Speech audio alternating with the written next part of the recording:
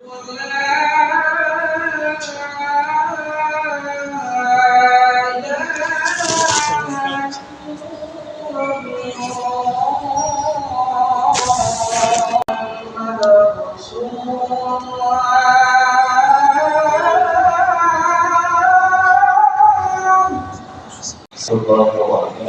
السلام.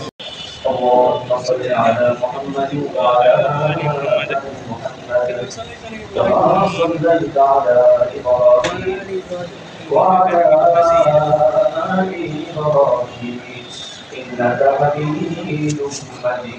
نحمده ونستعينه ونستغفره ونؤمن به ونتوكل عليه ونعوذ بالله من شرور أنفسنا ونشهد أن سيدنا وسندنا ومولانا محمدا عبده ورسوله. أما بعد فأعوذ بالله من الشيطان الرجيم. بسم الله الرحمن الرحيم. لن ينال الله لحومها ولا دماؤها ولكن يناله التقوى منكم. وقال رسول الله صلى الله عليه وسلم: خير الدعاء دعاء يوم عرفة وخير ما قلت والنبيون من قبلي لا إله إلا الله وحده لا شريك له له الملك وله الحمد وهو على كل شيء قدير. رواه الترمذي أو كما قال عليه الصلاة والسلام. আলহামদুলিল্লাহ সুবহান আলহামদুলিল্লাহ। আল্লাহ তাআলার দরবারে লাখ কোটি শুকর ও সুজুদ যে মহান আল্লাহ তাআলা আমাদেরকে জিলহজ মাসে প্রথম দশকে পৌঁছে দিয়েছেন। জিলহজ মাসে প্রথম 10টি পৃথিবীর শ্রেষ্ঠতম দিনগুলোর মধ্যে। এই দিনে নবী সাল্লাল্লাহু আলাইহি ওয়াসাল্লাম বেশি বেশি দোয়া করতে বলেছেন। নবী সাল্লাল্লাহু আলাইহি ওয়াসাল্লাম বলেছেন: ফাকসিরু ফীহিন্না মিনাত তাহলিল ওয়াত তাকবীর ওয়াত তাহমিদ। তোমরা এই দিনগুলোতে আল্লাহ তাআলার জিকির আজকার করো। তাহলিল লা ইলাহা ইল্লাল্লাহ সর্বোত্তম জিকির। আত তাকবীর আল্লাহু আকবার, তাহমিদ আলহামদুলিল্লাহ। এর সাথে সাথে আমরা আরো কিছু তাসবিহ যুক্ত করতে পারি। নবী সাল্লাল্লাহু আলাইহি ওয়াসাল্লাম সেই তাসবিহগুলোকে একসাথে আমাদেরকে শিখিয়েছেন। যেমন আল্লাহু আকবার আল্লাহু আকবার লা ইলাহা ইল্লাল্লাহ আল্লাহু আকবার আল্লাহু আকবার ওয়া লিল্লাহিল হামদ।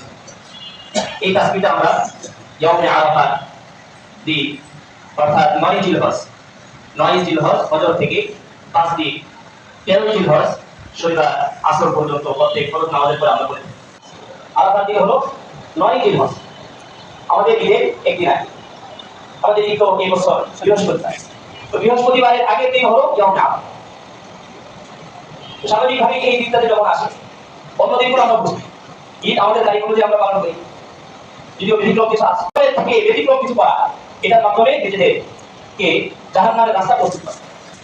সবাই একই ঈদ উদযাপন করছে, আর কিছু মানুষ তার থেকে বের হয়ে সবার থেকে আলাদাভাবে ঈদ উদযাপন করছে। এই পদ্ধতিটা এটা শরীয়তের ভুল পদ্ধতি, এটা সম্পূর্ণরূপে বন্ধ করা পদ্ধতি। নবী সাল্লাল্লাহু আলাইহি ওয়াসাল্লামের জামানা থেকে এই পর্যন্ত উম্মার সংখ্যাগরিষ্ঠ অধিকাংশদের আমল করে সবার আমল যেটা সেটাই করতো। আর তাদের তারিখ হিসাবে ভিন্ন রকম হয়, এটা আমাদের জানা আছে। তাদের সিস্টেমটাই হলো যেটা একসাথে হবে না, একদিন আগে পরে হয়। কোন সময় দেখা যায় যে তাই 3 দিন পর্যন্ত তারতম্য হয়ে যায়। আরাফাত দিন হাদিস সাহেব যারা রয়েছে তারা হুকুমে আরাফাত ময়দানে অবস্থান করে। এটা হজের বড় একটা রকম, এজন্য হাদিস শরীফে বলা হয়েছে আল হাজ্জু আল আরাফাত, মানে আরাফাতই হলো হজ, যেহেতু বড় একটা রকম। তো সেই হিসাবে সবার মন মানসিকতায় এটা চলে আসে যে আরাফাত দিন হলো হাদিস সাহেবের আরাফাত। আসলে হাদিস সাহেবের আরাফাত দিন এটা হলো অঞ্চল হিসাবে, এটা একটা 9 জিলহজের ঐতিহাসিক একটা নাম। এই নামটা যেহেতু ওই হাদিস সাহেবরা আরাফাত ময়দানে অবস্থান করে, সেই জন্য 9 জিলহজকে ইয়াউমে আরাফাত বলা। আল্লাহুল হামদু ওয়া হুয়া আলা কুল্লি শাইইন কাদির। এটা আমরা আরাফাত দিন করব এবং এখন আমরা করতে পারি। আরাফাত দিনে একটি অন্যতম আমল হলো রোজা। এই 9 দিন রোজা রাখা এর মধ্যে থেকে বিশেষ করে আরাফাত দিন রোজা রাখা। আরাফাত দিন কেউ যদি রোজা রাখে, নবী সাল্লাল্লাহু আলাইহি ওয়াসাল্লাম ইরশাদ করেন সিয়ামু ইয়াউমি আরাফা, আরাফাত দিনের রোজা আহতাসিবু আল্লাহ, এই ব্যাপারে আমি আল্লাহ তাআলার নিকটে আশা রাখি যে আল্লাহ তাআলা আইয়ুকাফিরু as-সানাতা আল্লাতী ক্বাবলা ওয়াস-সানাতা আল্লাতী বা'দ, যে আল্লাহ তাআলা এক বছর পূর্বে এবং এক বছর পরে, পিছনের এক বছর এবং সামনের এক বছর, মোট 2 বছরের জন্য আল্লাহ তাআলা মাফ করে দিয়েছেন। লম্বা দিন শুরু হয়ে গেছে, কিন্তু ইচ্ছা করলে সম্ভব। রোজা রাখাকে আমরা ভয় করি, কিন্তু বর্তমানে এই রোজা রাখা এটা ফরজ মানে হলো একটা ওয়াজিব। দুটো অর্থই হাদিসের মধ্যে এসেছে। কুরবানি ফরজ হয়, ওয়াজিব হয়, একই কথা, এটা ভিন্ন কোনো কথা। তো যাদের উপর কুরবানি ফরজ বা ওয়াজিব, এই তিন দিনের হিসাবে তাদের উপর এটা ওয়াজিব এবং ফরজ। এই তিন দিন আল্লাহ তাআলার নিকটে সবচেয়ে পছন্দনীয় আমল হলো পশু জবাই করা, আল্লাহর সন্তুষ্টির জন্য, আল্লাহ তাআলা।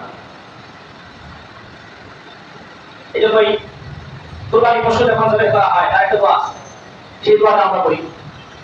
কিভাবে করি? বিসমিল্লাহি আল্লাহু আকবার, বিসমিল্লাহি আল্লাহু আকবার। শুধু বিসমিল্লাহ আল্লাহ হয়ে যায়, এটা আল্লাহু আকবার এর সাথে যুক্ত করা, এটা হাদিস থেকে প্রমাণিত। এজন্য আমরা বিসমিল্লাহি আল্লাহু আকবার, এরপর একটা দোয়া আল্লাহুম্মা লাকা ওয়া লিকা, মানে হে আল্লাহ আপনার জন্যই, আপনার পক্ষ থেকে। এই যে কুরবানি, এই কুরবানির ফজিলত অনেক।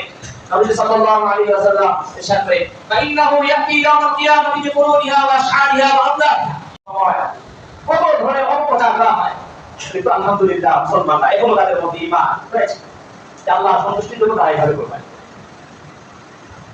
এজন্য আমাদের উচিত খুশি মনে যাদেরকে আল্লাহ তাআলা সামর্থ্য দিয়েছে, এটা সম্পদের একটা যাকাতের অংশ, এর মাধ্যমে সম্পদ পবিত্র হয়। কুরবানি যদি না করে তাহলে এই যে কুরবানির অংশ পরিমাণ সম্পদ, এটা তার জন্য আযাবের কারণ। নবী সাল্লাল্লাহু আলাইহি ওয়াসাল্লাম মদিনায় 10 বছর অবস্থান করেছেন। এই 10 বছরে এক বছর তিনি কুরবানি বাঁধতেন, প্রত্যেক বছর তিনি কুরবানি বিদায় হয়ে 100 ওট কুরবানি করেছেন। নিজ হাতে তিনি 63টা উট জবাই করেছেন, কুরবানি করেছেন।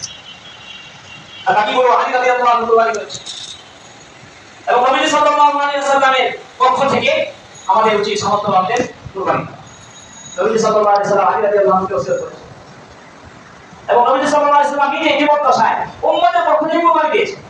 কুরবানির সময় আমাদের কথা বলি, জন্য আমাদের মধ্য থেকে যারা সামর্থ্যবান তারা আমরা একটা অংশ নবী সাল্লাল্লাহু আলাইহি ওয়াসাল্লামের পক্ষ থেকে তাদেরকে সেই সুযোগ না দেওয়া। আমরা যে আয়াত পড়েছি সূরাতুল হাজ্জের 37 নম্বর আয়াত, এই আয়াতের মধ্যে আল্লাহ তাআলা বলেন লা ইয়ানালুল্লাহু লুহুমুহা ওয়ালা দিমাউহা, আল্লাহ তাআলা নিকটে কুরবানির গোশত এবং তার রক্ত যা পৌঁছে আসলে পৌঁছে, কারণ আল্লাহ তাআলা তো কুরবানির দরকার। আল্লাহ তাআলা কারো কোনো মুখাপেক্ষী না। আল্লাহুস সামাদ, তোমাদের মনে তাকওয়া পরহেজগারি, তোমাদের মন মানসিকতা কি সেটা আল্লাহ তাআলা কাছে আছে, এবং ইসলাম সেটা আল্লাহ তাআলা কাছে আছে। আল্লাহ তাআলা আমাদের সকলকে কুরবানিটি যথাযথভাবে আল্লাহ তাআলা সন্তুষ্টির জন্য পশু কুরবানি করা তৌফিক দান। আমিন। যারা আমরা সুন্নাত করে নাই সুন্নাত করে। তো আমরা আলহামদুলিল্লাহ রাব্বিল আলামিন।